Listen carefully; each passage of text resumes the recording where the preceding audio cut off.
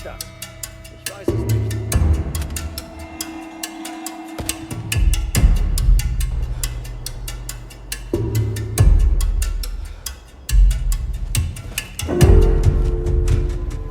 Incredible.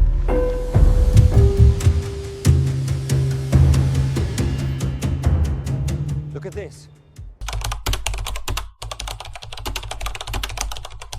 April 9th, 1944.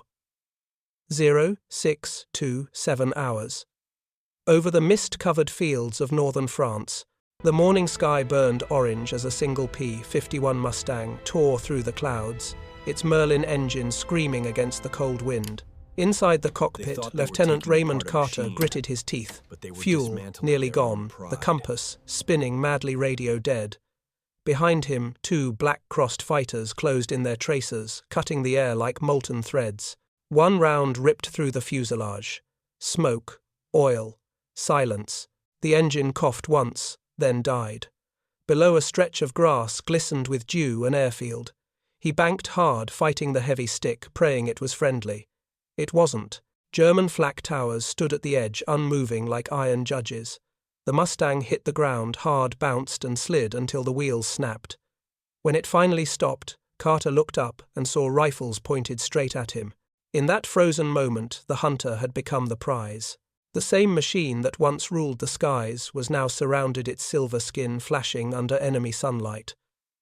What began as a desperate landing was about to become one of the most extraordinary discoveries of the war, because when German engineers rolled that captured Mustang into their hangar, they didn't just seize an aircraft, they opened the gates to America's industrial soul. This is the story of what they found when they took it apart, and what it revealed about a world already decided by machines, metal, and will.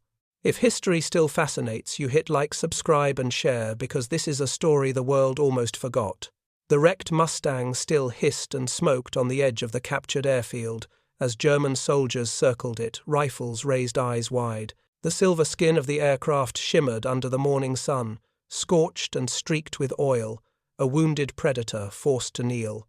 Lieutenant Raymond Carter was dragged from the cockpit, mud smeared across his face, his breath sharp and shallow in the cold air. Around him the chatter of German voices, quick, disbelieving, almost reverent, echoed across the field. They had seen hundreds of Allied planes fall from the sky, but never one like this, never one so intact. By noon, trucks rumbled down the dirt road toward the hangars of Rechlin, Germany's most secret aviation testing facility. Soldiers wrapped the aircraft's fuselage in tarpaulins as if covering a body. Officers followed in staff cars, exchanging glances heavy with both suspicion and excitement. The air smelled of oil, sweat, and wet grass. Somewhere beyond the fences, factory sirens moaned like distant thunder, another day of war grinding forward. But this was different. What lay on the back of that truck was no ordinary wreck. It was a message from the enemy's future. Inside the hangar, the shadows were thick and cold. Technicians in leather coats and grease-stained uniforms gathered as the tarps were peeled away. For a long moment no one spoke. The Mustang's polished aluminum body reflected the hanging lamps like a mirror from another world. The black Balkenkreuz of the Luftwaffe was soon painted crudely over the white American star, a symbolic act as old as war itself, ownership transferred, meaning inverted. Yet, deep down, every man watching felt a quiet unease. It was one thing to shoot down an enemy. It was another to hold his power in your hands and realize how little you understood it. Standing apart from the crowd was Hans Lerner, a Luftwaffe test pilot, known for his calm precision and his unshakable discipline. He had flown everything the Reich had built, Messerschmitts, Fokker-Wulfs, even the first jets. But as he stepped closer to the captured Mustang, something in him hesitated. The airframe looked lighter, cleaner, almost surgical in its simplicity. He ran a hand along the smooth wing root, feeling the metal, cool, seamless, and perfectly riveted. "It looks industrial," he murmured. One of the engineers beside him replied with a thin smile. "Everything about the Americans is industrial." As the team began documenting the aircraft, Lerner couldn't help but notice the difference in design philosophy. German planes were crafted almost like art, each curve the result of a designer's vision, each panel hand-fitted. This, however, was manufactured. Every piece looked interchangeable, standardized, designed not for beauty, but for reproduction. It was as if an invisible assembly line stretched from this hangar back across the Atlantic, connecting thousands of hands working in rhythm. Lerner felt it without yet understanding it, the pulse of a machine larger than any nation. Outside, the wind carried the sound of distant bombers, the dull tremor of Allied raids somewhere beyond Berlin. Every time those engines droned overhead, the ground seemed to tighten beneath his boots. He wondered if one of those bombers had been escorted by another Mustang like this one, another sleek ghost cutting through the clouds. For months, Luftwaffe pilots had complained about a new American fighter that appeared out of nowhere, struck with brutal precision, and vanished into the Sunday. Now here it was, its wings folded, its secrets exposed yet somehow still defiant. The senior engineer Dr. Friedrich Keller arrived from Berlin that evening. He was a man of science, not sentiment, his hands always gloved, his eyes hidden behind round spectacles that glinted under the lamps. Keller had studied at Göttingen before the war taught thermodynamics, and now found himself leading what was in essence an autopsy. "Treat it carefully," he ordered. "Every scratch is a loss of knowledge." His voice was thin, measured, the kind that silences a room. Soldiers saluted.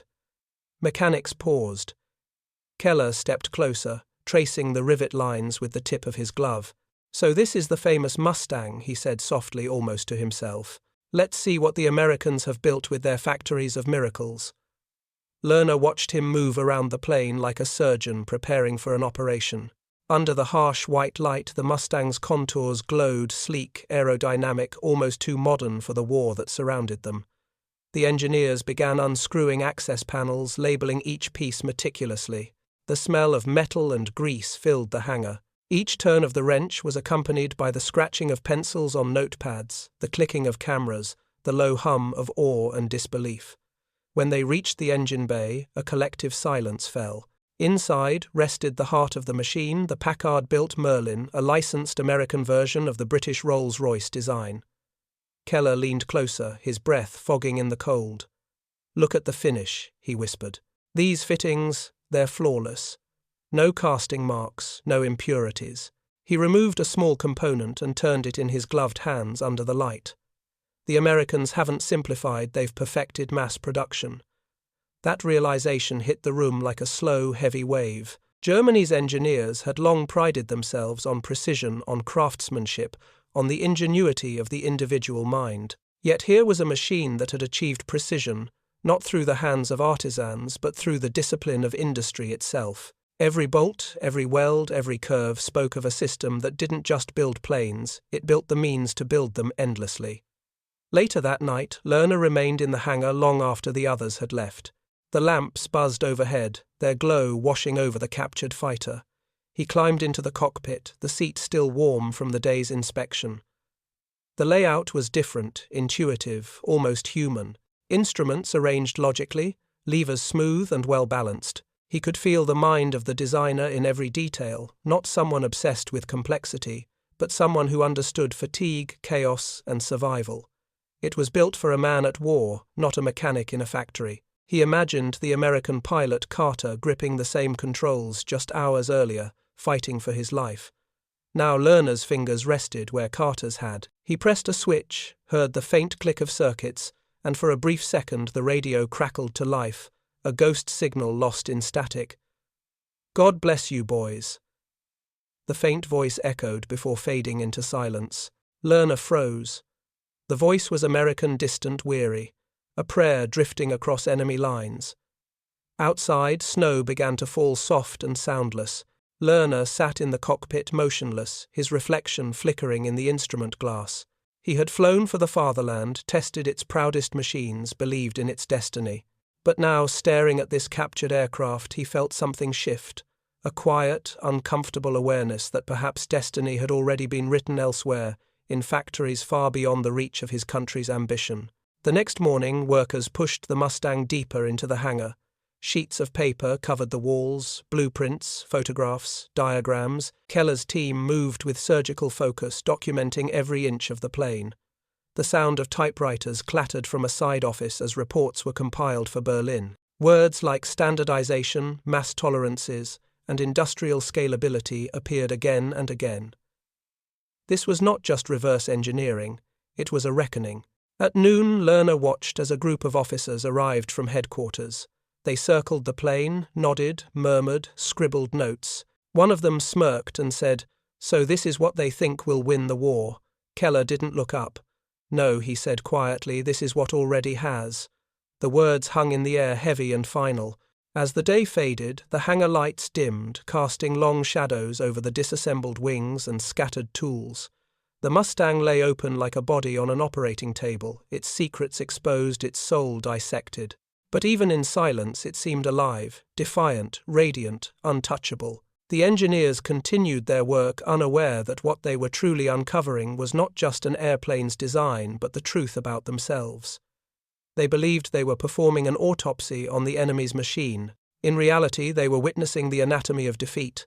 They thought they were taking apart a weapon, but what they were really dismantling was their own pride.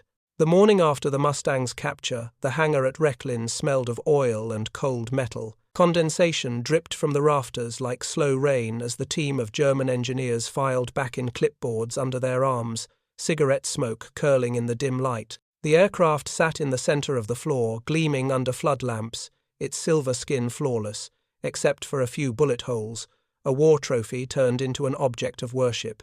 Every man in that room knew they weren't just staring at an enemy machine. They were staring at something foreign to their entire way of thinking. Hans Lerner was the first to climb into the cockpit that day. The metal ladder groaned beneath his boots as he pulled himself up and settled into the seat where the American pilot had sat just 24 hours earlier. He expected the same cold, cramped space he knew from the Bf-109 or the FW-190, tight, angular, almost hostile to the man flying it.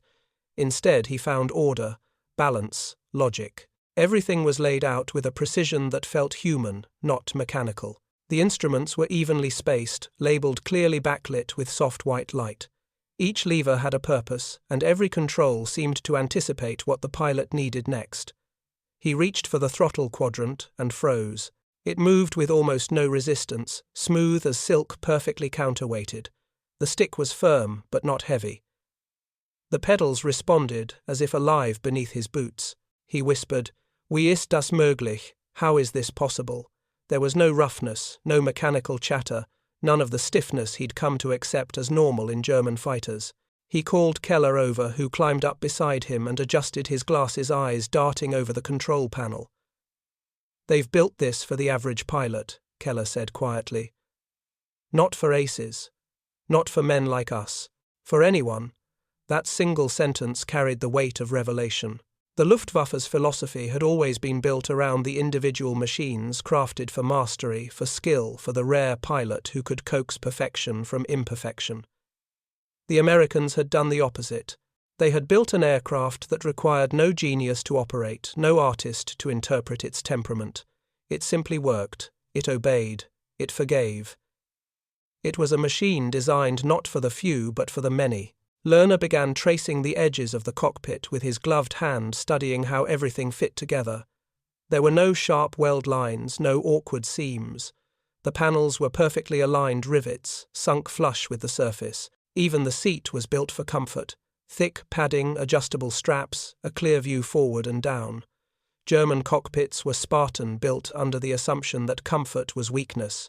This one was designed with an understanding that fatigue kills more pilots than bullets. It was not indulgent, it was practical. He leaned closer to the side console and noticed the wiring harness neatly bundled, color-coded, labeled. The cables were wrapped in heat-resistant sleeves. Nothing dangled loose, nothing improvised. "Look at this," Keller muttered, leaning in beside him. "Every wire is identical in length and diameter. That means they're not assembled individually, they're built on templates." He paused, his voice lowering. "They're building these in thousands." Lerner looked at him sharply. "Thousands," Keller nodded. "This level of standardization doesn't happen by accident. It means every Mustang coming off the line is the same. Every panel, every wire. They can swap out an entire cockpit, and it would still fit within a millimeter." The realization struck like thunder. Germany was still handcrafting fighters like instruments, each slightly unique, each dependent on skilled hands and perfect attention. The Americans were building weapons like appliances, cold, efficient, and interchangeable. On the far side of the hangar, mechanics had begun removing panels from the wings.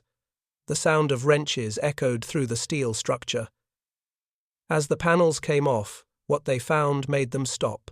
Beneath the skin, the structure wasn't thin or fragile, it was overbuilt. Reinforcing ribs ran deeper than necessary. Bolts were larger than required. The fuel lines were shielded twice. The coolant hoses had secondary layers. Over-engineered, one mechanic said with a sneer. Wasteful. But Keller shook his head. No. Not wasteful. Resilient. He explained softly, almost to himself. We design for efficiency, to squeeze performance from scarcity. They design for endurance because they can afford it. We polish our machines like jewels. They build theirs like hammers. And hammers win wars. Lerner stared at the open wing bay. We cut weight to gain climb rate, he said. They add weight to gain survival. Keller smiled grimly. And they can afford to lose one. We can't. The words hung in the air like the echo of a prophecy. As the day wore on, the team examined the landing gear assembly. It was massive, forged from solid steel struts, hydraulics protected by thick casings. The tires were heavier than those on German interceptors built to handle rough airstrips and repeated takeoffs. Our gear is lighter, a young engineer said defensively. Keller snapped back. Our gear also breaks every fifth landing. He pointed at the Mustang's reinforced mountings. This thing could belly land on gravel and still be flying the next day. That's not luxury, that's foresight. Even the paint told a story. Unlike German aircraft whose camouflage required hours of labor and precise mixing, the Mustang's finish was raw aluminum. No paint, no polish. At first glance it looked unfinished, careless, but when the engineers checked its weight and saw how much was saved by omitting unnecessary coatings, they understood the logic. Every decision, from the rivet spacing to the material choice, carried a mathematical purpose. It wasn't artistry, it was strategy. By mid-afternoon, the engineers gathered around the stripped fuselage. Their notes filled pages, material compositions, structural redundancies, part numbering systems. Each discovery pulled them further from confidence and deeper into awe. The Mustang wasn't elegant, but it was ruthless in its functionality. Every time they found something they thought was a flaw, it revealed a deeper intention. One technician tapped the metal skin with his knuckles and frowned. It's too thick. They're wasting aluminum, Keller responded. They're not wasting, they're guaranteeing. We shave grams to chase performance. They add pounds to ensure it comes home. That single contrast defined everything. Germany was fighting a war of artistry, trying to outdesign, outfly, and outthink an enemy who simply outbuilt them. The Mustang didn't need to be perfect. It needed to be good enough in thousands. That was its genius. Lerner walked to the tail section where the identification number still showed faintly beneath the new German markings. Look at it, he said softly. A serial number. 42 to 1, 1, 8, 7, 3, 1. There will be another, and another, and another. He turned toward Keller. We build identity into every machine. They erase it. Keller gave a slow nod. Because they don't build stories, they build systems. That realization carried a bitter taste. The pride that had fueled German engineering, the belief in mastery, craftsmanship, and individuality, now felt like a chain. In a war where every day cost metal and men perfection was no longer power, repetition was. As night fell again, the hangar glowed like a forge. The Mustang sat disassembled across the floor, its parts laid out in perfect geometry, an anatomy of efficiency. The men who had begun this examination with arrogance now worked with quiet fascination. They measured, photographed, whispered. The initial sneers had faded. In their place came a strange mix of humility and curiosity. They were no longer mocking the enemy's methods. They were learning from them. At one point, Lerner found himself staring at a small metal tag riveted to the fuselage, North American Aviation, Inglewood, California. He ran a thumb across it, feeling the precision of the engraving. Do you know what this means, Friedrich? He said quietly. There are women building these. Keller raised an eyebrow. What Lerner nodded. I've heard reports. Women, thousands of them in factories. They say every line, every tool, every motion is timed. He looked back at the aircraft. They've made war mechanical. Keller didn't answer. He didn't need to. Both men knew what it meant. A country that could mobilize its entire population, its industry, its science, its gender, its geography, was fighting a different kind of war. Not a duel of pilots, but a contest of civilizations. As the lamps dimmed, Lerner sat once more in the cockpit, surrounded by the quiet hum of the hangar. His hands rested on the same controls that Carter had used to fight him in the sky. He thought of the thousands of Mustangs rolling off assembly lines, each identical, each ready. He thought of the German factories bombed nightly, the shortage of aluminum, the conscripts in tattered uniforms. He whispered to himself, "We're still building machines. They're building the future." In that moment, for the first time, Hans Lerner understood what the Mustang truly represented. It wasn't just an airplane, nor even a weapon. It was a declaration of philosophy, a belief that progress wasn't born from genius, but from unity, not from one engineer's brilliance, but from a nation's ability to multiply it. As he stepped down from the cockpit, his boots echoing on the concrete floor, he turned for one last look.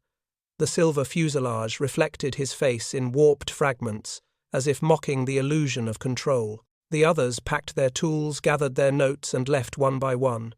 Only Keller lingered beside the wing, his breath fogging in the cold.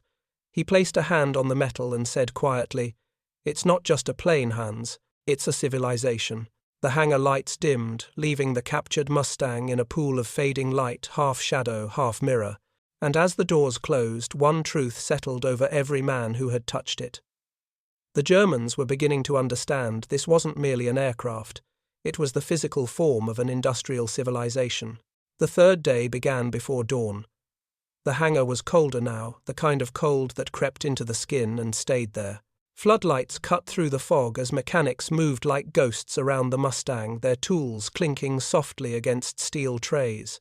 The aircraft that had once roared through the skies now lay stripped and exposed under white light, an altar of machinery awaiting dissection. What had started as curiosity was turning into obsession. Each layer they removed revealed not just engineering, it revealed philosophy. Hans Lerner stood beside Dr. Keller as the team prepared to unmount the engine. The Packard Merlin V1650, the heart of the Mustang, gleamed under the lamps like a relic of another age. They had unbolted the cowling the night before, and now the network of pipes, manifolds, and polished aluminum stared back at them, clean, ordered, almost arrogant. It looked less like something built for war, and more like something meant for permanence. "Take care," Keller said sharply. "Nothing gets damaged." 4 men moved in with chain hoists and slings. As the bolts came loose, the engine's weight pulled down slightly, creaking like a living thing reluctant to die. The moment it detached from the mounts, silence filled the hangar. They rolled it onto a low stand. The Merlin sat there, 1600 kilograms of power and precision, gleaming even in the grease and dirt. Keller stepped forward first. He ran his fingers along the intake manifold, his breath visible in the cold. "Forged aluminum," he whispered. "No surface pitting, no warping." He motioned for a file. A mechanic handed it to him. He scraped lightly against the edge of a cylinder head, then stopped. "Do you see that?" he said, eyes widening. "The hardness. It's too high. These aren't standard alloys." One of the metallurgists took a closer look through a magnifying glass, his brow furrowed. "Nickel-chromium base, maybe with molybdenum," he muttered. Keller nodded. "That's high-temperature steel. They're using materials we can't even refine in quantity anymore." Around them, the younger engineers exchanged glances, part awe, part resentment. Lerner crouched beside the turbine housing of the supercharger system. The pipes feeding it were double-walled, lined with insulation that felt like woven ceramic. He'd never seen anything like it. "This can't be standard production," he said. "It's too complex." Keller shook his head. "It's standard," he replied quietly. "That's the point." They examined the 2-stage supercharger, realizing what made the Mustang so lethal at altitude. Exhaust gases fed through curved ducts into a turbine that spun faster than any German design dared attempt. The boost control system, instead of relying on manual adjustment, was governed by automatic regulators that balanced pressure and temperature on their own. Keller leaned over the schematics they'd drawn overnight. Our engines choke above 25,000 feet, he said. This one breathes like it's still on the ground. He paused, looking at the others. And every single Mustang has this system. That truth hit them harder than any statistic. In Germany, such an engine would have been a prototype, rare, hand-built, reserved for an ace. In America, it was just production standard. When they drained the oil lines, the liquid came out clean and golden, not the black sludge they were used to. They're using refined additives, said the chemist. Stabilizers, detergents, anti-corrosion compounds. We can't make this consistency anymore. We're recycling oil between flights. Keller rubbed his temples. They fight a clean war, he said bitterly. We fight with the scraps of ours. The dismantling continued into the radio compartment. The SCR 522 set was removed carefully, its dials still shining under dust. When they connected it to a power unit, static filled the hangar. Then faintly a voice from an Allied broadcast carried across the night. The clarity stunned them. It's flawless, one technician said, adjusting the tuner. No distortion, no drift. Keller looked over the casing, noting its modular build, quick-release connectors, sealed cables, color-coded terminals. This radio isn't built for specialists, he said. Any mechanic could replace it in minutes. That pattern kept repeating. Everything inside the Mustang was built for speed of production, simplicity of repair and resilience under chaos. The cockpit wiring was uniform. The hydraulic systems were labeled for assembly by workers, not engineers.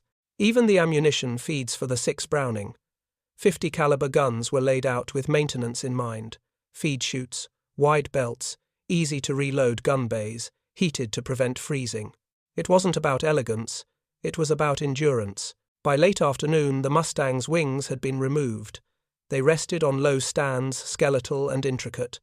The team noted the redundant spars, the multiple rivet lines, each perfectly aligned. Every hole drilled by machine, Keller murmured. We still do this by hand. The others nodded silently.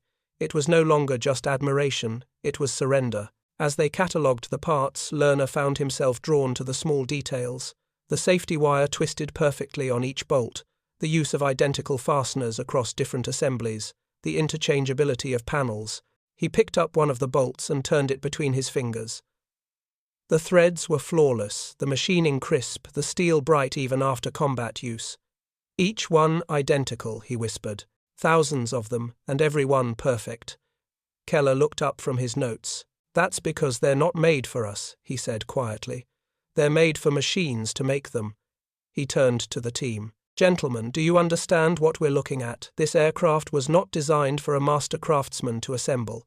It was designed for a woman in a factory line with no experience working 12-hour shifts. The Americans have turned industry into an army. A long silence followed. The truth was unbearable. Germany's factories were still burning under Allied bombs. Skilled labor had been replaced with forced workers and apprentices. Precision had become a luxury. But here, in this captured machine, was a nation's confidence made metal the certainty that their production lines could replace any loss, any pilot, any engine. As night fell, the lights in the hangar cast a white glare across the engine components laid neatly on tables. The metallic smell filled the air like something sacred. Lerner sat apart, staring at the rows of disassembled parts stretching down the length of the building. They looked like an anatomy of inevitability. Pieces of a machine that didn't just function but replicated itself endlessly. Keller broke the silence. You know what frightens me the most, he said softly. Not that they built this, but that they built so many of them. We build a few perfect machines and lose them faster than we can replace them. They build imperfect ones that never stop coming. Lerner exhaled slowly. Maybe that's perfection, he said. They turned next to the armor plating. American philosophy was evident even here. Instead of minimal coverage to save weight, the Mustang carried heavy plates around the cockpit, fuel tanks, and engine. The metal was thick, uniform heat treated to resist fragmentation. German designs valued speed and climb, sacrificing protection for agility. But this armor told another story, a belief that every life mattered, every pilot worth saving. They build for survival, Keller said. We build for victory. He paused, then added quietly, and perhaps that's why they'll win. By midnight, only the fuselage frame remained. The rest of the Mustang lay in hundreds of labelled pieces. The men were exhausted, faces smudged with grease, but none wanted to leave. Every bolt, every bracket had become a confession of American strength. The deeper they dug, the more they realized it wasn't about genius, it was about discipline, standardization, and abundance. One young engineer finally spoke. "Do you think we could build something like this?" Keller's eyes hardened. "Not now," he said. "Not with what we have left. We've built masterpieces. They've built a system. And systems don't tire, don't starve, don't surrender." Lerner picked up one of the small bolts again and stared at the perfectly machined threads glinting in the light.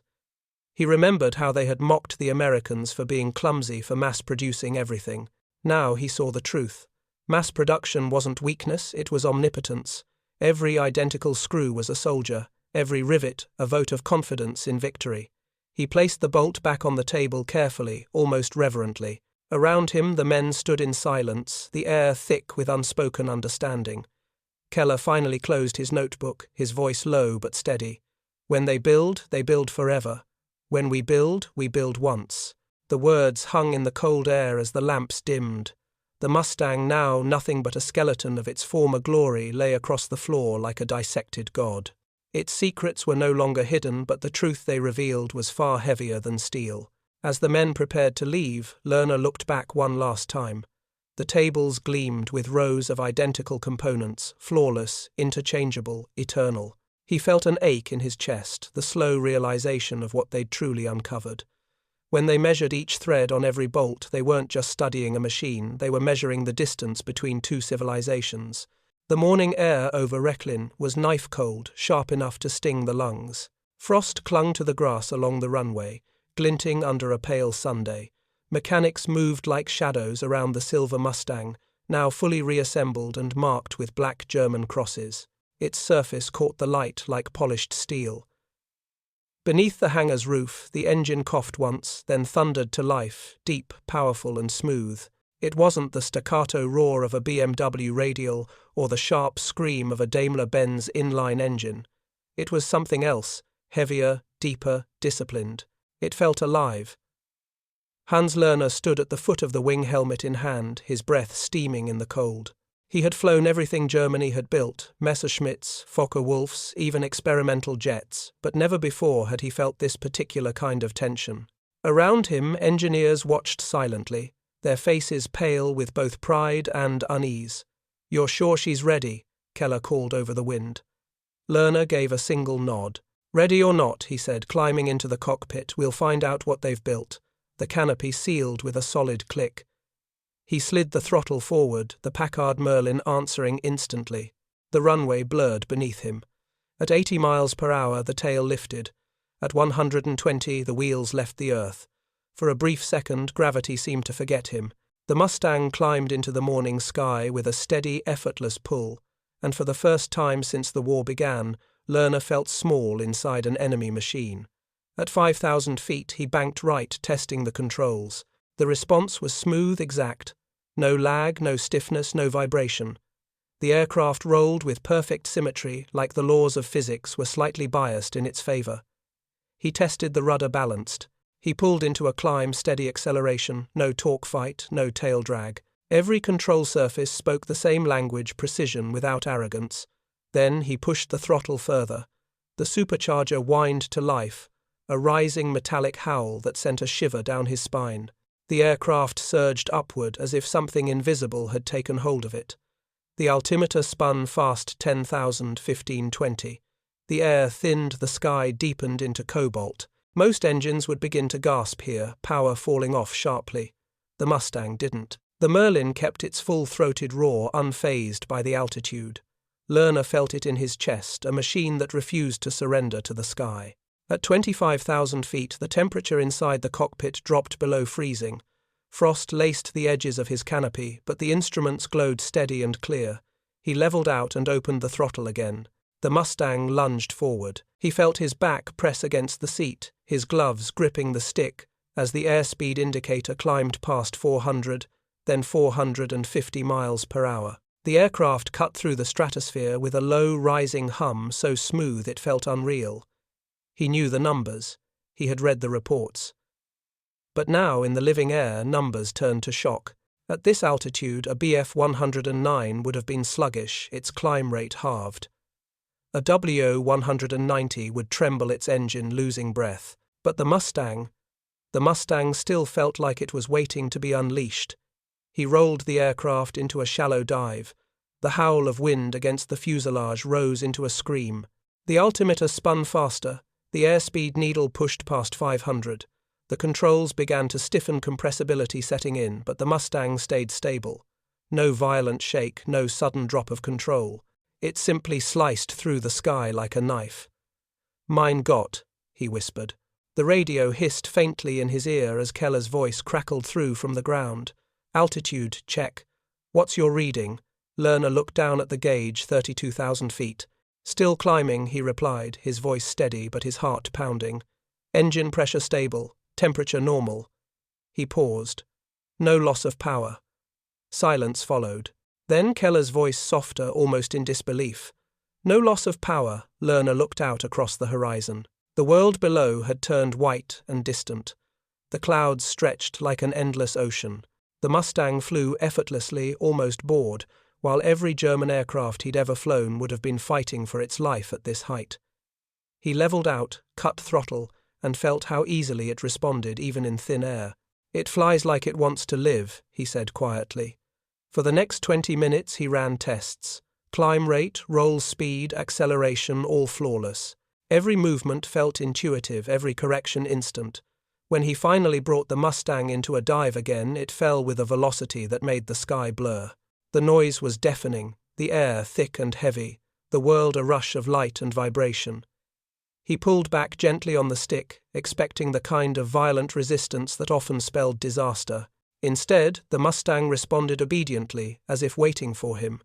When he leveled out, the radio crackled again. Keller's voice was tense. Status Lerner laughed, an involuntary, breathless laugh. "Status," he shouted over the roar. "We've been fools, Friedrich. We've been fighting sculptures while they build machines." On the ground, Keller and the team watched the Mustang streak across the sky like a silver comet. Even from below, its speed looked unnatural. It turned sharply, ascended again, then vanished into the sunlight. For a moment, everyone forgot who they were rooting for. They were engineers, not patriots, and what they saw up there was the future of flight. When Lerner finally descended, the landing was smooth, the suspension absorbing the impact with almost no bounce. The aircraft rolled to a stop engine, idling softly, still purring like a beast that had merely paused to rest. He opened the canopy, his face flushed, his eyes alight. Keller ran toward him. Well, Lerner removed his helmet, breathing hard. "It doesn't fly," he said. "It moves the sky." The words silenced the hangar. For a long time no one spoke. The engine ticked as it cooled metal, contracting in the cold. Keller looked at the plane as though seeing it for the first time. "Do you understand what this means?" Lerner asked him quietly. "This is not about power or speed. It's about stability. It's about design that forgives. You can make mistakes in this plane, and it won't kill you. Our machines demand perfection. Theirs allow humanity." Keller nodded slowly, his face pale. "It's built for endurance," he said. "For repetition. For a war that doesn't end in a year." He looked up toward the pale winter Sunday. "Every flight like this proves what we've already feared: the war was decided before we ever took off." Lerner stepped down from the wing, his boots crunching on the frozen ground. The air smelled of fuel and frost. Behind him, the Mustang gleamed serene and terrible in its beauty. He turned to the gathered engineers who stood wordless. "Gentlemen," he said, "this aircraft was not built to win dogfights. It was built to end wars." That night, Keller wrote in his report, "The Mustang demonstrates a sustained operational advantage at altitudes exceeding 3,000 feet, with no measurable loss of power. Stability beyond expected norms. Engine and control systems function seamlessly across conditions. The aircraft's behavior suggests an industrial doctrine of redundancy and reliability unmatched by any current Luftwaffe design." He paused before writing the final line. He stared at the dark window where the hangar lights flickered against the frost. Then he added, "What we witnessed today was not merely an aircraft's performance. It was the reflection of a civilization's capability, and on that cold sky over Rechlin, every man who had touched that Mustang understood one thing beyond doubt. They hadn't just tested an airplane. They had tested the limits of themselves. The flight test had ended, but the echo of that engine still haunted the men at Rechlin. The sound lingered in their ears long after the Mustang's wheels touched the ground, a steady, confident hum that seemed to come not from one machine, but from an entire nation breathing in unison. For Hans Lerner, it was the sound of realization, the moment when admiration curdled into dread. He sat in the quiet of his quarters that night, staring at the frost gathering on the window pane. Outside, the airfield lay still. Inside, he began to write. "We have not been defeated by their pilots," he wrote slowly, "nor by their engines or their tactics. We are being defeated by their system, by an order of industry so vast and disciplined that it fights for them even while they sleep." Each word cut deeper than any wound he had taken in the air. Keller had said it too, standing beside him earlier that day. They don't just build machines, they build the means to build them again. In the following weeks, the reports from Rechlin were sent up the chain of command.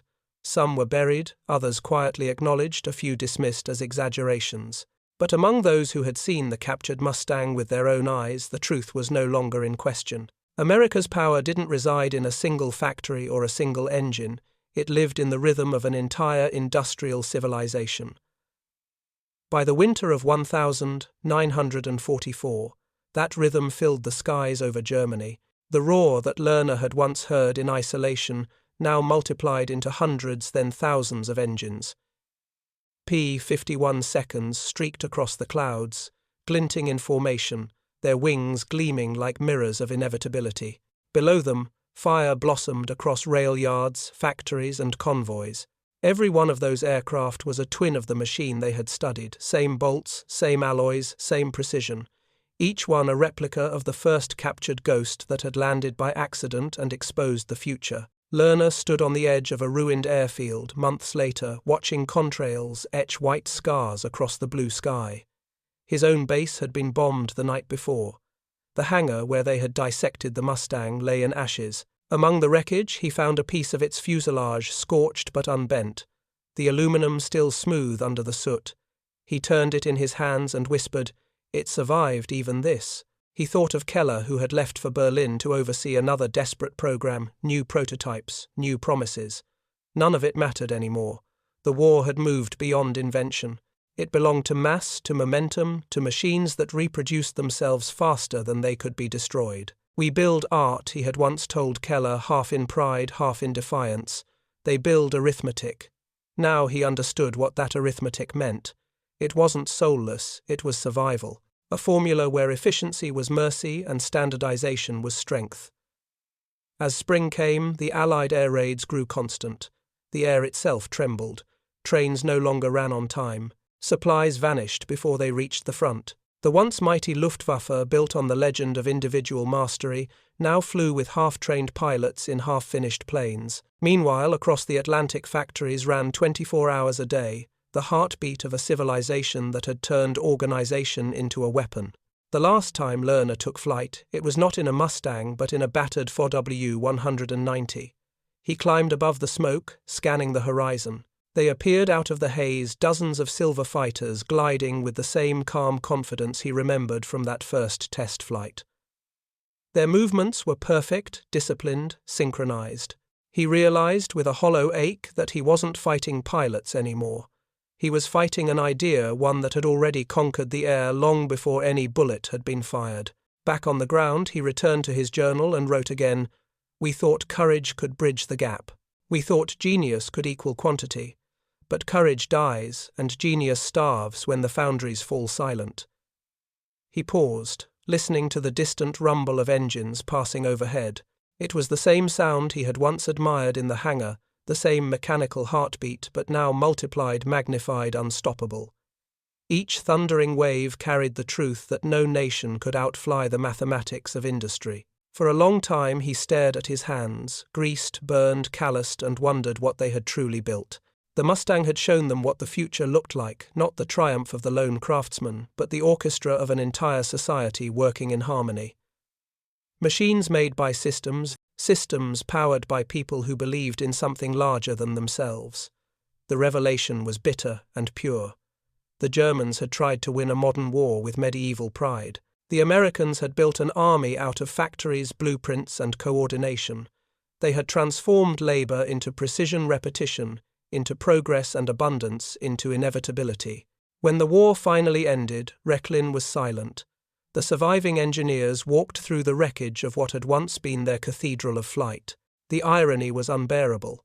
The hangar where they had studied the Mustang's perfection was now filled with the wrecks of their own failed miracles. Lerner picked up one of his old reports, its edges burned.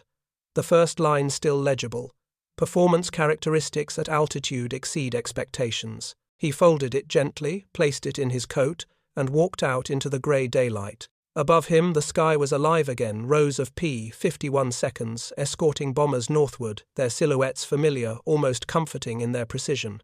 He watched until they vanished into the horizon, the last echoes of engines fading into memory. He smiled faintly, though his eyes stung. "So this is what we learned," he murmured. "We never fought their planes. We fought their system." And as the wind moved through the ruins of the airfield, it carried the same hum that had once filled that hangar, the sound of progress steady and relentless. They had dismantled a machine, he thought, but they could never dismantle the idea behind it. Because the captured Mustang had taught them one final truth: in the age of industry, victory does not belong to the best, it belongs to those who can build the best again and again until the sky itself surrenders. ChatGPT said. When the war finally ended, the Mustang they once studied was long gone, melted, recycled, reborn somewhere across the ocean into the next generation of flight, but its legacy lingered, carved deep into the minds of those who had touched it. Hans Lerner would later write in his final report, "We thought we were taking apart a machine. In truth, we were uncovering the logic of a civilization." That sentence became his quiet confession, his epitaph, for a nation that had worshipped perfection and died in pursuit of it. The wreckage of Rechlin rusted away, yet the echo of that captured engine still seemed to hum through history, a reminder that strength is not measured in brilliance, but in the system that multiplies it. What the Germans learned too late was that war had evolved beyond courage, beyond invention. It belonged to organization, to discipline, to unity of purpose. The Mustang was never just metal and fire. It was proof that freedom, when industrialized, becomes unstoppable. And in the silence after defeat, as the skies over Europe turned peaceful once more, one truth remained: the side that understands how to build together will always inherit the sky.